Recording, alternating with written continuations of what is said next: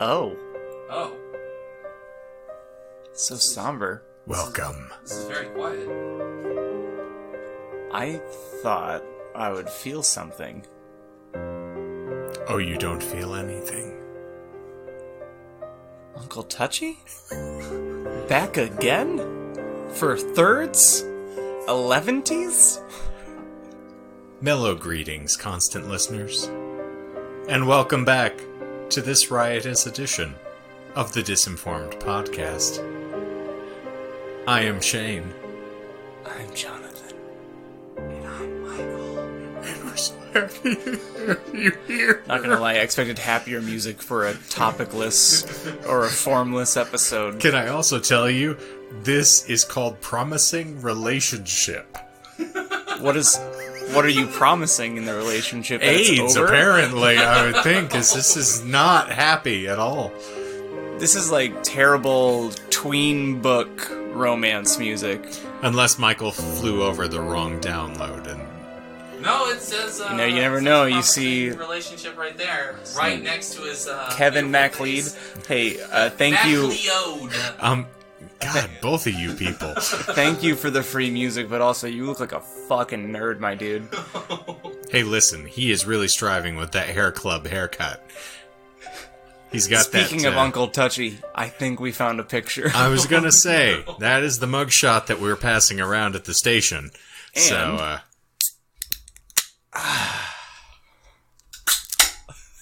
saddle up, bitches. I got this. Did you just queef on the microphone? God.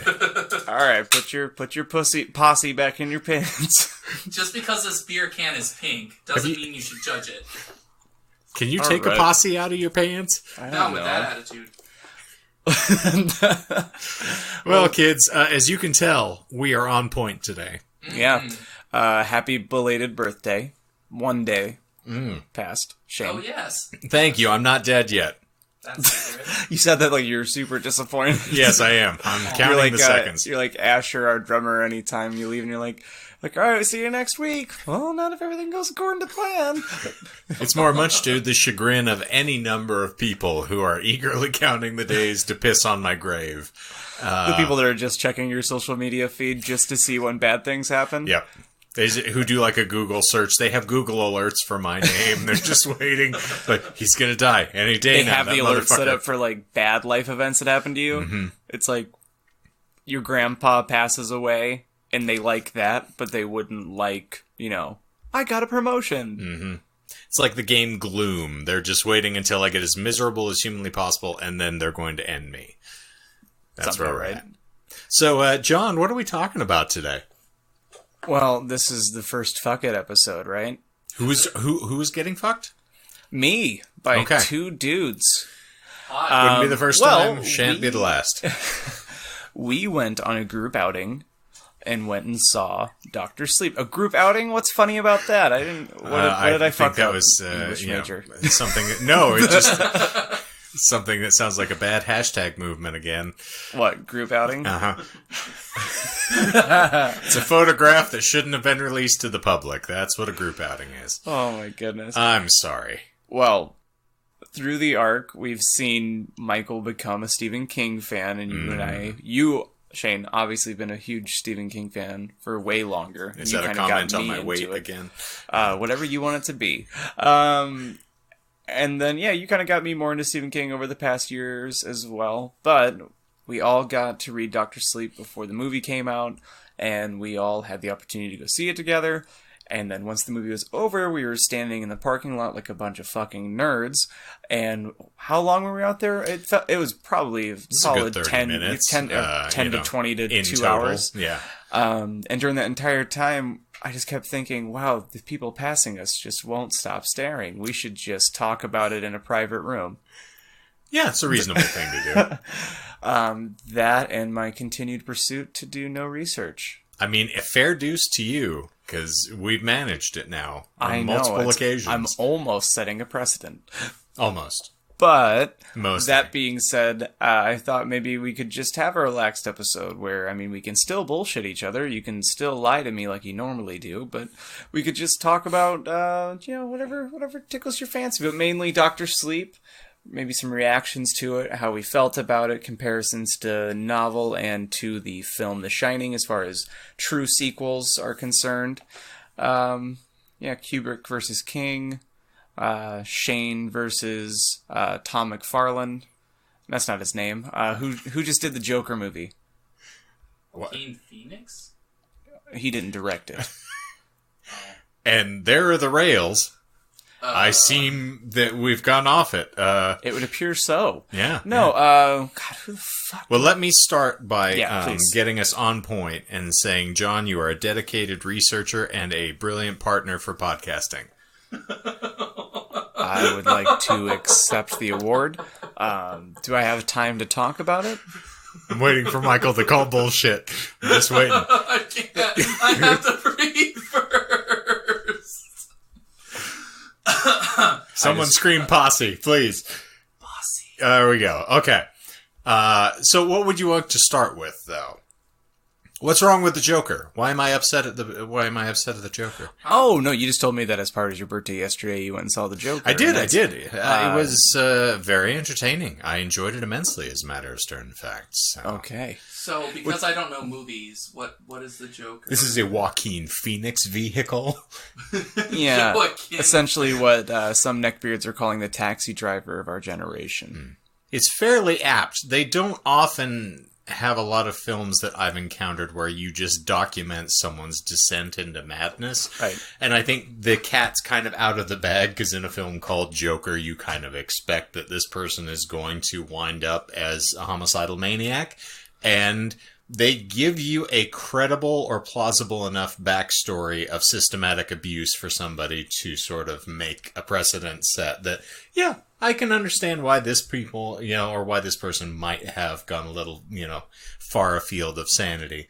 I think the thing that is getting people riled up about it is that they also include like the social justice movements that follow. Correct. And the things that it inspires. And so there are a lot of very interesting sort of amoral questions involved. Yeah, we touched on it before too, I'm sure, where if you're identifying with the villain, like by the end of the movie, if you're like, well, I'm that type of person, it's like you saying that you are a Rick from Rick and Morty or, any anti-hero or, gray area characters. Like, that's not something that you're really wanting to brag about. You can say that you feel like an outsider, and that's fine, but saying that you handle the problems like that person, you're basically just outing yourself as, a little problematic. Trying to think about... Nope, it's gone. Well, I had questions for you, but I'm missing them. The fun thing about those character studies is I think that it endorses something that we've talked about, particularly in the previous episodes. I just listened back to the Simmons episode, and a little empathy goes a long way. And I think that one of the things they try to depict, particularly with Taxi Driver and now what people are drawing parallels for the Joker, is understand circumstances. And, the nature versus nurture argument of people just wake up bad one day. And it's, the falling down principle, the Michael Douglas vehicle from back in the day, is basically a businessman who goes crazy and then begins to carry out his own vigilante justice. There's a lot of similarly themed kind of films that just touch on the fact that I think the tagline for that film is all it takes is one bad day. Oh, the falling down or yes, Joker? For falling down. Okay. And it just kind of the joke, but for looking at Joker, they're going, listen, these things do not operate irrespective of one another. You don't exist in a bubble. So the snow globe mentality of just, well, all good things will come to you is like the people that he kills initially that finally start to kind of push the descent. And Michael, if you intend to see this film, I guess maybe then spoiler we'll take spoilers for everybody. But this will be far enough along. That, I was going to say we'll put spoiler alerts for both or anything that we kind of. Yeah, but and I won't get to the ending of the film, but just in point of saying he is on a train and witnesses a young lady being accosted by 3 businessmen who are obviously intoxicated and obviously are trying to impose and intimidate her. And he has a condition, which means that he laughs when he feels uncomfortable or he doesn't know how to emotionally cope. Basically, yes, it's just laughter is basically what happens. It's a mental functionality that's wrong. So he starts to chuckle at the fact that, he's nervous from seeing this happen. And they come over and confront him. He just so happens to have a weapon with him, which the circumstances of the film kind of depict why he has it. And he winds up shooting them. And he's a little detached from reality at this point, and he is suffering from mental illness, and that is documented throughout the course of the film. And it kind of becomes an indictment of the system of saying that the individual that he sees for his therapy and to get his prescriptions filled, their funding is cut. So he's no longer able to get his medication, and his circumstances start to kind of, build against him. So it's an interesting indictment of the system more than it is commenting just on, here's someone with a mental illness who goes completely off the rails. So I feel like as a film, if you're going to depict that character and give a backstory, it was really well done, and it wasn't so didactic, it wasn't too terribly heavy-handed. They just gave you the circumstances and let you ferret out your own conclusions. And I wonder how our opinions would have changed if we would have swapped places, whereas you've seen it now that it's been out for almost a month, and I saw it on opening night, or the Thursday evening showing, and something that was really polarizing about Joker coming out was all of the ads beforehand and all the social media hubbub of, thinking that an Aurora situation with like Dark Knight was going to happen again, or Dark Knight Rises. It was a huge thing that was talked about nonstop. People being like, well, they're amping up security in the theaters for this to make sure that something like this doesn't happen. Signage was posted, in like 4 certain showings.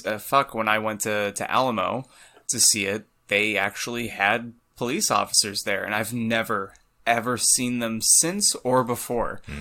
So walking in, I was seeing it by myself also. Like, you just kind of sit down and you're like, okay, well, is this gonna be a bad time? Not the movie, but just the experience. You know what I mean?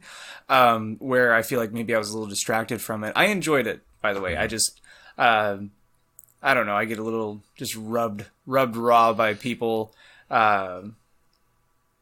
identifying with the wrong parts of it. And using that as a crutch for a personality. Does that make sense? Yeah, it's a sign of the times. One, because we have so much social unrest with this state of the political scene in the country. The gun violence is unprecedented. I mean, month by month, there are shootings. There was one last week. So, I mean, not making any social commentary here, but just saying it's difficult not to extrapolate based on what they're talking about. Yeah. And then you add into that, Kevin Smith famously had a whole sort of discussion on one of his DVDs where someone called him out for making Chasing Amy and saying the whole film glorifies the idea that all a lesbian needs is one good deep dicking and then she's back in the men. Jesus. And he's kind of, confronted with this and he goes, listen, all I can do is make this film, and I put those words into like the mouth of our idiot character, trying to deflate the argument. I wanted to get ahead of that. But he says, if I go any further than that, the film becomes condescending and it is didactic. And I'm basically telling you how to think and how to feel. And he said, that's not what art does. It should evoke and try to educate. But you draw from it what you want to. And interpretation is really the thing. And I feel like Joker really gives you an opportunity to look at it. And it's like, yes, privilege versus the underprivileged and the repressed versus those who are allowed to set precedent and enforce it, and the conflict of interest inherent to that. Yeah. Like it raises a lot of very interesting moralistic questions. So it's a great film just because of that. It gets you talking. We're actually having conversations about it, which we're doing it right now. Yeah. From just a little grain of a mention of you seeing it, which. Thank you. That's exactly what the kind of conversation I want. That's probably the deepest. There's no dick jokes in there for 5-6 minutes. Well, he is wearing like tidy whities at one point and gallivanting around. Oh yeah. With that being said, pedaling back, the reason I brought Joker up is because you and I talked earlier about what you did for your birthday. And that was one thing that you did. And the other thing that you mentioned is that you got 300 pages into my favorite Dark Tower novel. Almost my favorite Stephen King novel, but it's hard to pick a favorite. And that would be the second book in Dark Tower called Drawing of the Three, which Michael is also reading right now. Oh, I was going to say, I'm just halfway through. I just got Lady of the Shadows. I am exactly at the same spot you are. Oh. Because but again, I read Gunslinger in a day. When you originally told me about Gunslinger, you used a very particular set of words. And I believe that you said that it was, as far as you enjoying it and describing why, you're saying that it's almost poetic. The entire novel is so poignant and so deliberate. Like every word belongs where it is. And it's also the shortest. It's almost a novella. Is how short that book is. It was originally written and published in magazines, so it was broken up into parts and then released piecemeal. So you have a very interesting sort of stylized, it was almost hyper-lyrical, but it's so eloquent when you describe the desert as the apotheosis of all deserts in the introductory paragraph. But it is sort of a bit more antiquated than all the others, and it doesn't have as much of his voice as you would commonly expect. Yeah, that comes in Drawing of the Three. Like, where you're like, oh, this is Stephen King. Because he does have a very, very distinct voice, even when he's trying not to. Right. Like, his characters sound like his characters, even when they're not behaving like one of them. Yeah. So Gunslinger feels very much like its own entity, and then you start bleeding in other things. But I really enjoyed going back in the Gunslinger and seeing all of the characters that start to kind of rear their heads and the foretelling of things. Like the stuff that you don't know going in, like the Susan Delgado relationship and how that bleeds in, and once you finally start getting those right, so it makes reading the first book a lot more substantive, and it gives you more context because you're like, oh, I know who Elaine is now, and Cuthbert as a much more poignant sort of passing when you talk about that he dropped the horn. You're like, oh, okay, it's like the exact opposite of the Harry Potter series. Where it's such a slog to get through the first couple of books now of Harry Potter because they hardly set up anything of substance. And it's just world building. And I think right now, because I'm doing a reread on Goblet of Fires, where like you're like, oh, That's okay, when it starts picking up. Yeah. But yeah, that's cool. I didn't actually read the Harry Potter books until I got to the Order of the Phoenix. And that was, all the other movies had been released, and they hadn't released Order of the Phoenix, so I was like, well, I'll just start from here and read the books forward and see how everything ends. So I got to read the last book when it came out, day of, but I have not read the first 3 or 4 books at this point. I mean, if you got it, you got it. Yeah. But to the main show, main attraction. Well, before we do that, we do have a sponsor this week. Oh. I don't know why we have a sponsor, considering we have absolutely nothing here of substance we're getting into. I kid. But he's so serious. This week, we are sponsored. Are you ready, kids? Mm-hmm. And appropriate, since we were talking about Dr. Sleep and our take on New Age vampires that we will be getting into. We are sponsored by BloodBag. Are you an aficionado of exsanguination? Do you love the nightlife? Do you love to boogie? Wink here. I don't think I was supposed to read that. More to the point, pun intended. Are you tired of honing your incisors to a razor-sharp edge to help you more readily sustain your necrotic flesh? If your long-dead body is no longer producing hemoglobin, and what's a cursed corpse to do? Corral a gaggle of indigent individuals and drain them dry? Who can afford to kidnap a random cur in the information age? Well, that's why there's BloodBag. We take all the muss and fuss out of procuring blood in the street like a common fiend. If you don't ask questions, we won't have to lie to you. Send us your ill-gotten gains and we'll keep you swimming in claret until Frankenstein's monster hits the scrap heap. Go to bloodbag.org and tell us which derelict castle or poorly secured mausoleum to deliver your delights to. For Disinformed listeners, enter the offer code IDIOT at checkout and you'll receive Typo Negative's Greatest Hits CD for free. Who can pass that up? That's bloodbag.org. We'll keep you coming back. Cross our heart. Damn it. We'll keep you coming back. Cross our hearts and hope they die. So that's BloodBag, and it's poignant and rather odd that they're sponsoring us, but, I'm excited. I usually pride myself on not laughing during your ads, yes. But that was, That was too much. I'm in a certain way today. Yes. Hey guys, did you know that if you stacked up all of Stephen King's books, they'd be taller than the man himself? No doubt. I mean, he has published in excess of like 80 things at this point, I think. It's a significant quantity of material. And they are not small tomes either. I mean, you vary between 500 to 1,200 pages in the best of them, so you gotta love it. What's going on here? I had some other facts pulled up for you guys, but I'm having some problems getting the other article to go back to where it was. I must have tabs. Nah. Yeah. Tab what failure. was your first, we can go around real quick, your first Stephen King novel? Ooh. So, when I was a child, they released the It miniseries on USA Network the 2 days before my birthday, on my 9th birthday. Oh, jeez. And I was, of course, when you're a kid, you're just rife for trauma. Like, you're prepared for it. I was like, right. Oh, yeah, I can watch this. I'll be fine. It won't scare the bejesus out of me. Tim Curry scared the ever-loving shit out of me. Well, that's fucking fair. And so I didn't want to watch it. It gave me horrendous nightmares. And I think a couple months later, I was reading the book.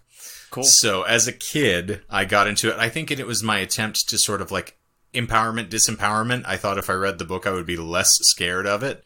And that was the first time I read a Stephen King. I had the metaphysical stuff at the end of the book, I was not prepared for. Lost, yeah, so it didn't really come around. And then I didn't read anything for quite some time because I was in my teens and who the hell cares at that point. Yeah. And I wound up in my first semester break when I was in college, I read The Stand in 2 days.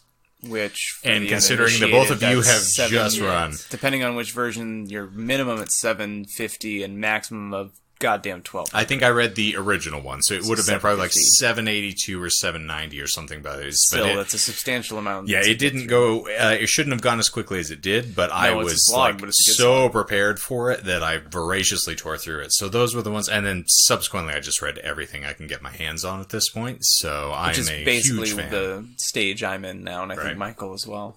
So yeah, Michael, that was what was my your foray. first? Because you just tackled your first recently at our from behest. Stephen King. Yeah.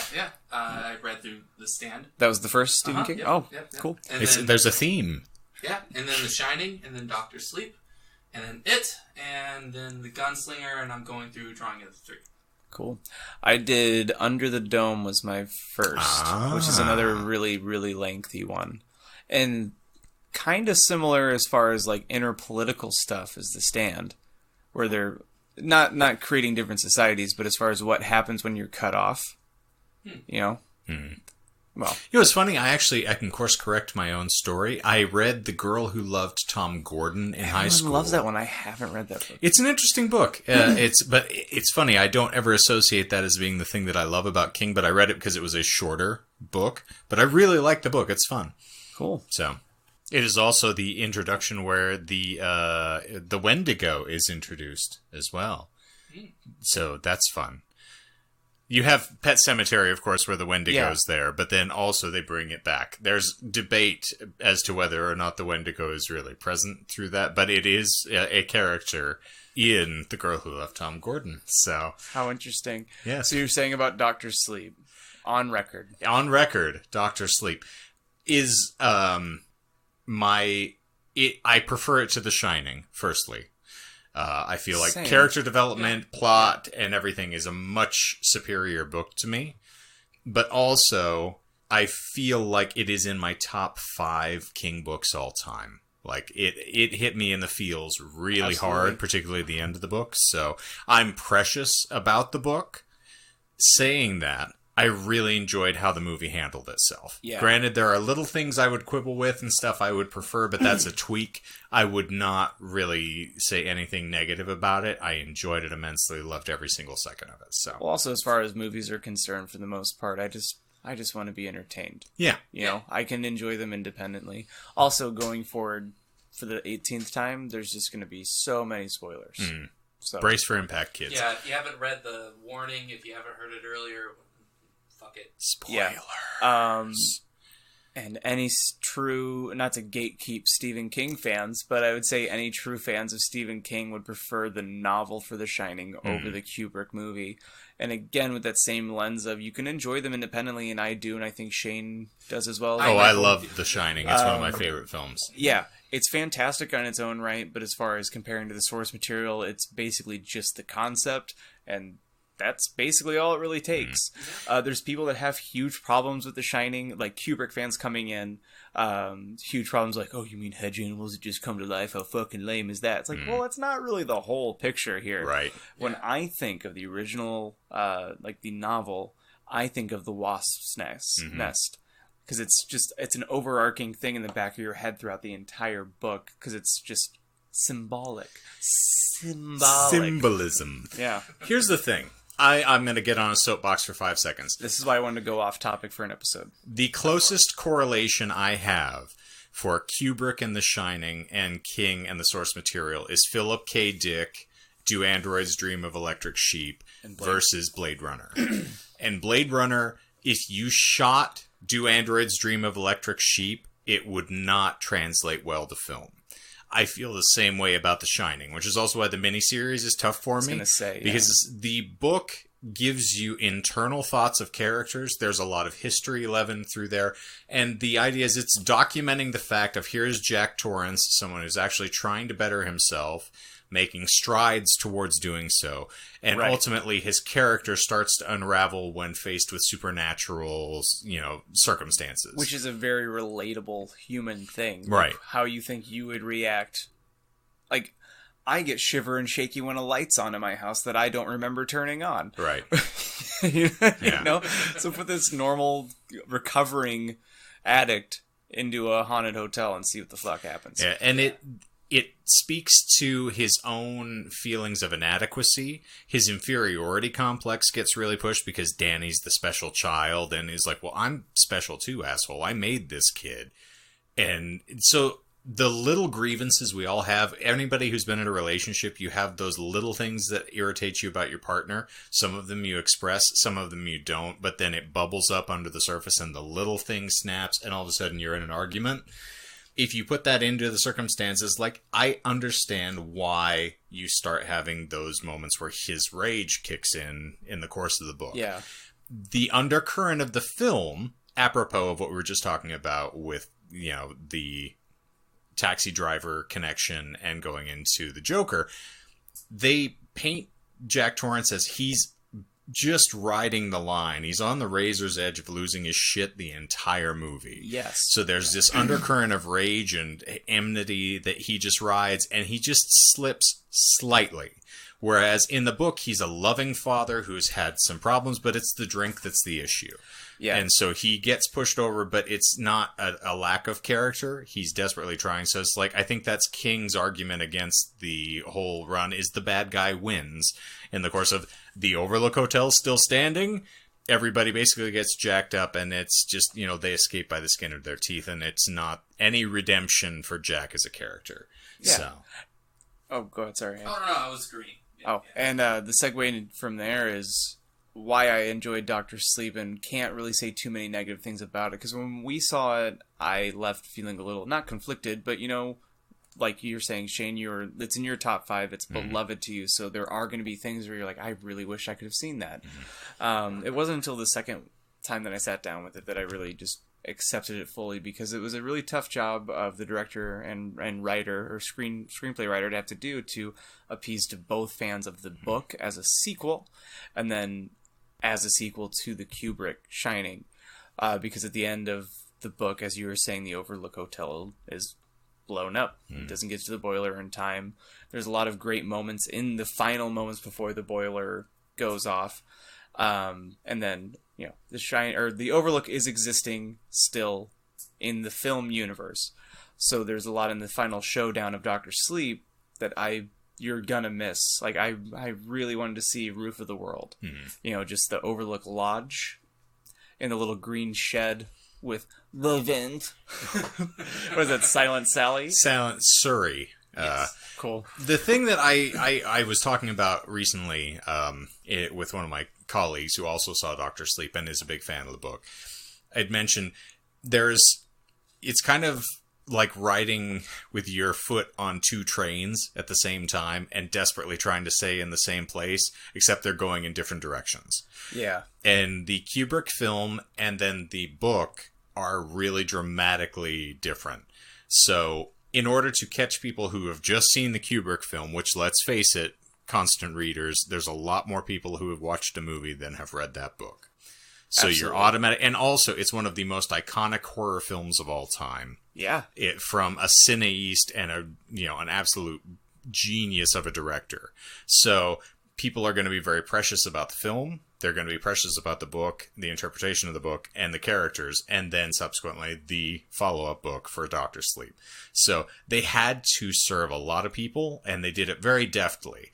The thing that you lose is the fact that the true knot are drawn to tragic events as much as they are drawn to individuals with the shine. So they can thrive off of tragedy. So the September 11th thing of they are there in Jersey when the towers go down and they're watching and kind of sucking up this mass sorrow in the same way they suck steam, buys you the fact that they then are drawn to the roof of the world and the remnants of the Overlook because the ground is sour.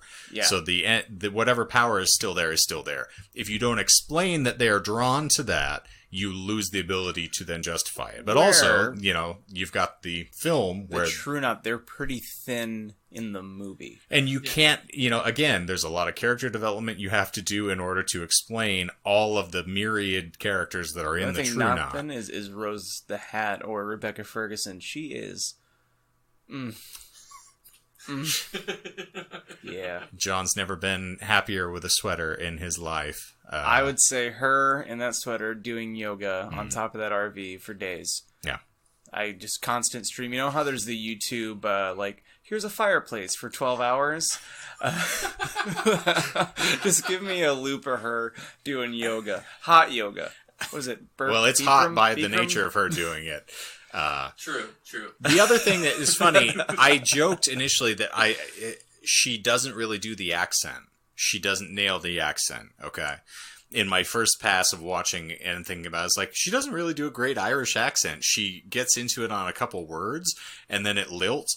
And then, my brain recalibrated, and I went back. It's like, she's a brilliant actress because she's been so far removed from being an Irish woman. She's now got hundreds of years separation. Yeah, my God. So now the American accent, she's basically got a verbal melange at this point. So there are words where the accent pops up and words when it doesn't. It's like, that's a brilliant choice. And someone who just read the book and understood the characters, like, oh, you've lived in the world for a few hundred years now. So obviously... Yeah. You're not going to be just, the same accent you had as the day you left the shores of, the merry old green land of Ireland. So she did a phenomenal job. Really appreciate it. And also, Ian McGregor is Danny. I didn't picture him in my head at all. Like, when I saw the casting, it made sense, but I couldn't really see it. And I really, really enjoyed him as Danny. Yeah. Agreed. Yeah. The only negative I will inject into this whole never had thing... or he had the high ground? Nope. Because that was great. I enjoyed that he had the high ground. There's so much... by the time... Sorry to tangent. No, do it. But by the time they get back to the Overlook in the movie, that's where they're like, all right, you can throw every single callback to Kubrick that you want. Now is when we can make it the sequel. And fuck me, was everything perfect about that. And the shot-for-shot recreations... Yep. If you look that up, they actually did do shot for shots. There's nothing really taken from The Shining and spliced back in. It is them recreating that shit. The recasting for Jack. Wendy, I think, was brilliant. Wendy, I think the biggest thing, just fixing her mouth was the biggest thing. I'm going to argue. Oh, fuck. The recasting of Jack, I wanted to see something. Nicholson? Yes, I needed Nicholson. Take him out of retirement? You could very easily coerce him and just say, hey, listen, you get to reprise a brilliant role, and we will give you the character sort of rebirth and give a redemption arc to this character because he remembers who he is at one point and he beats the system. Did approach him. Oh. You researched. Okay, tell me. Oh, shit, I accidentally did. Oh, okay. Shit. Congrats. So they did approach him on it, and he still declined it. It's going to take more than that to get him out of retirement, but he did give them the blessing. So what the director then battled with is, do we do the anti-aging CGI, right, or do we recast? And ultimately, he, like Scorsese and a couple other, like, not saying that Mike Flanagan is a legacy director, but he's inspired by very, very prestigious people, decided not to go that route because of how disingenuous it would feel to him. Okay. So he rather would do the recasting than go that route. But I agree with you. In fact, the moment that scene, because you don't see his face when he's serving or trying to serve Danny the Jack Daniels at the bar, I thought it was going to happen. I almost squeezed your hand. It was like this. It would almost turn the whole tide, and I see exactly where you're coming from, Shane, because it would turn it instantly. Like every single checkbox would be ticked. You know? The only thing I really just don't show his face then. If you're going to recast and if you want to play around with it. That's a smart choice. Because, I mean, here's the other things. I thought they were going to do that at the very beginning when they were just showing Danny in profile. Yep. But then he finally faced the camera. And which is a little less to me. I mean, it takes some of the punch out of it. Because, again, Nicholson is such an iconic character. The argument almost exists for Scatman Crothers as well. Because you can't have someone be Dick Halloran. They really definitely tried, but Scatman Crothers is a different human being. It's like, Yaphet Kotto in Alien. You can't cast anybody else for that role. He is exactly what it should be. In fact, everybody in Alien is perfectly cast, but that's I will digress. That's a different. But you can't just throw somebody else in there and be like, oh, just have this person try to be Ian Holm and do a character. It's like, no. That's not how that works. I need that person. So if you're not going to have it be Jack Torrance, if it's not Jack Nicholson depicting it, don't show it. Keep it kind of concealed. And if you've already got other three people that are recast and you're running with it, it's like, and again, Shelley Duvall, very specific looking human being with a very different sort of way of speaking. And so when the other lady, she did a great job, but the whole time I'm looking at her, I'm like, canonically though, in my head, how I got over that is that in the book, she does get her mouth just bashed in. Oh, yeah. So, in my head, I was like, oh, it's Wendy after they put her face back together. Well, so it's Wendy after they put her face back together, and she looks more attractive than she did initially. Oh, boy. You did about $100,000 worth of improvement. There are some similarities, too, by the way, to how Wendy looks and then how Abra's mother looks, as far as, literal appearance, black hair, the same bangs, and the same build type. Which a big thing that was left out of the movie that it's not a make or break for me, but it was definitely really sentimental, or two sentimental things were really left out. Is actually Uncle Touchy. Actually, Abra's theory of relativity, and ends up being true. Yeah. And then also back to the Jack Torrance is that at the end of the book, there is that moment of Jack Torrance at the Overlook helping Danny overcome the big bad, like in his moment of need. And it is what you're saying that began in the book of The Shining. It's his full redemptive arc, and it took X amount of years to get to. And the way they depict it is the giving like the goodnight wave to Dan. Like that made me go rubbery. I sobbed. I like ugly cried at the first time I read that, and I still can't get through it without at least tearing up. So it's such a beautiful sort of, for anybody who has any like static with their father, or just deals with, trying to be a man and still reconcile how you were raised, or anything else, or if you don't have a relationship with your father, like that, to be able to reconcile and have some feeling like you were loved and appreciated, and get that when they talk about it in the film, but I was trying not to be my dad. And I desperately strove, and I still wound up being my dad. And we all kind of have those little moments of connective tissue where you're like, oh my God, I do have those bits of me that are just chemically bound to this fate.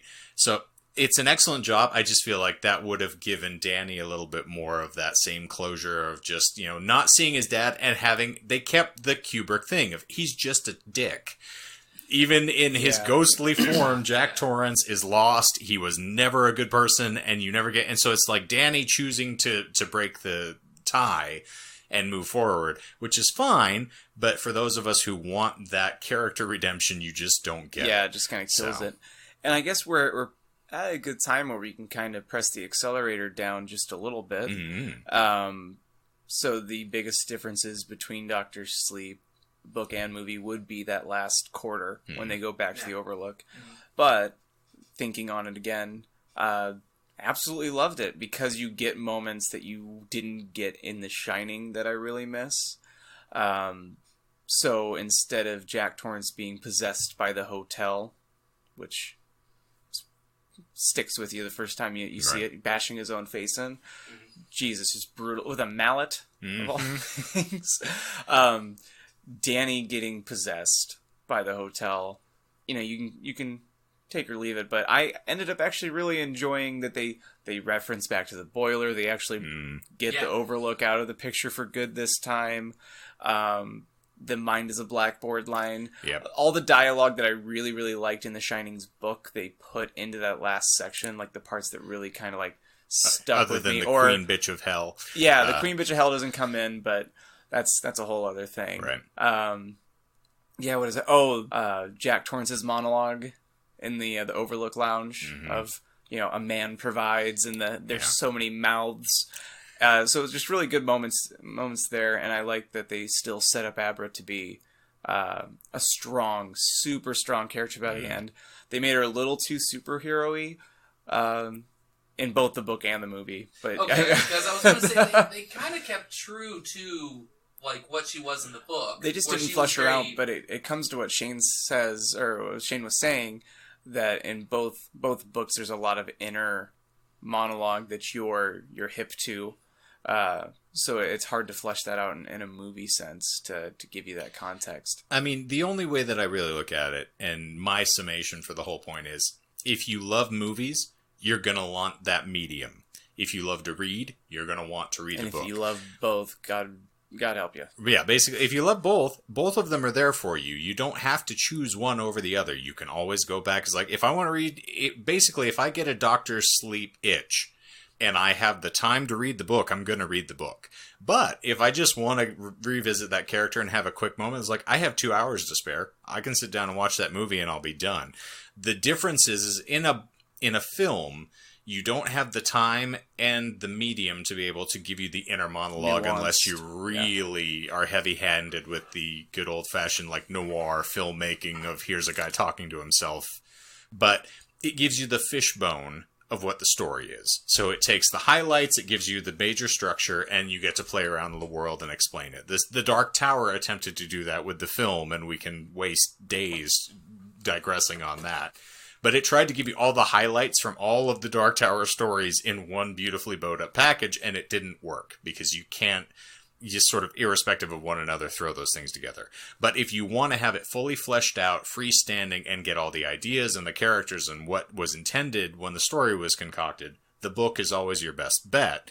But if you don't, not everybody wants to read a book. Some people, like my dear sainted mother, would much rather just sit down and fall asleep 3/4 of the way through the film and then ask me what happened at the end. So, good enough. So movies are great. So if you like movies, watch it. Yeah, I like that. And thanks for going and seeing the movie with me, guys. Oh, it was a lot of fun. Well, thank you. And thanks for letting us have a lazy episode because I'm a lazy person. Well, what's also going to happen, and we've talked about this, is a possibility of we will be doing. We still haven't drilled down on details, but we will be involved in Phoenix Fan Fusion this year for 2020. There will be some live podcasting happening. So one of the things we are possibly going to discuss is a lot of what we're talking about here of kind of the King universe and reconciling the Shining and, shining on for Danny Torrance. But what we want to do in advance of that, and if we get some support from you lovely listeners, if you think this would be a good idea, we might just do a watch-along where we watch The Shining and do a little commentary from our own perspective and talk about the things we love or don't love and get, have a little conversation about the film. So if you like that, and that would be in advance to kind of tease what we're going to talk about getting into the con. So if that sounds fun and you want to do that, let us know. Give us a little feedback. Do you want to know where you can give us some feedback? Please. Where? If you go to Instagram, we are at Disinformed Podcast. If you like us over on Facebook, it's facebook.com/Disinformed Podcast. And if you are one of those tweet folks with the Twitters, we are at Disinformed Pod. Michael, any closing thoughts from you as well? Or we also have a YouTube channel. We do. which you have to And search Disinformed there's podcast 6. because we don't have Yeah. a unique URL. There are but 6 different videos of Michael checking how tall he is. the fappening. I don't know why. My closing thought is just the one random fact Ooh, that I give me a forgot to fact. read. A lot of Bullshit. so, Go fact yourself. Stephen King has battled drug and alcohol problems. What? Everyone should know that. Huh? But I just liked this particular paragraph on it. And it's throughout much of the 1980s, King struggled with drug and alcohol abuse. In discussing this time, he admitted that there's one novel, Cujo, that I barely remember writing at all. I don't say that with pride or shame, only with a vague sense of sorrow and loss. I like that book. I wish I could remember enjoying the good parts as I put them down on the page. Here's the thing. Anybody who has read the Tommyknockers knows that Stephen King has used drugs. And it was copious too good. amounts. It was Yeah. too good. Also, I'll mention, in this room there is a wall that is a blackboard. Yes! That is all blackboard. He was paint. inspired. Yeah, he did it right after he saw the movie. He hasn't been here the entire time that we've been doing this. Yes. Excuse me, no, it has.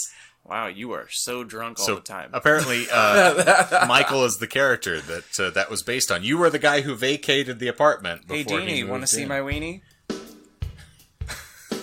That was a deep cut. Well done. What? Kenny. Kenny. Well, I think we fucked this to death, right? No, it'll come back later. It'll Okay. twitch. It'll Nothing ever occasionally dies. It It's shines the on. Overlook. Yeah, Yes. yeah. We Yes. go on. Yeah. It's in a box in my head. Force Ghost. Force Ghost. What are you? You can't cross. Well, wait. we in the King middle- actually does cross blend his own stuff with Are we Star in the Wars. middle of a so wait fade out long. right now? Is this No. the first fade out that we're ever gonna have? If I think only. this has to be the first. No, fade for out. those of you who know, I have 2 people in here who have not gotten to this level of the tower yet. Yes, there is Star Wars stuff referenced in the Dark Tower series. Well, considering that he references Kubrick's Shining Uh-huh. in Book 2, and I think he does talk about Star Wars. I think Eddie Dean does. At some point mentions Star Yes. Wars. Oh, there are So- literal connective tissues. Oh, yeah. Yes, I'm there excited. are. I'll say it to this way: this is not a spoiler that's going to ruin anything for you. At one point, there are characters that use lightsabers. Okay. Good luck. What the shit? It's marvelous when it happens. You will not scoff at it. I did not. I loved it to death. So there you are. So, I It's already think, faded out. my dear friends, you ID. that is fade. So it's custom faded. We love you all. Thank you for listening. We hope that you come back and you work it because it's worth it. That's the 12-step thing, right? That's for those of you who have been... Oh, both of you are alcoholics, but you're not anonymous. So, for the Disinformed podcast, I'm Shane. I'm a panic attack. Michael. Thank you for coming, kids. Don't worry. King will clean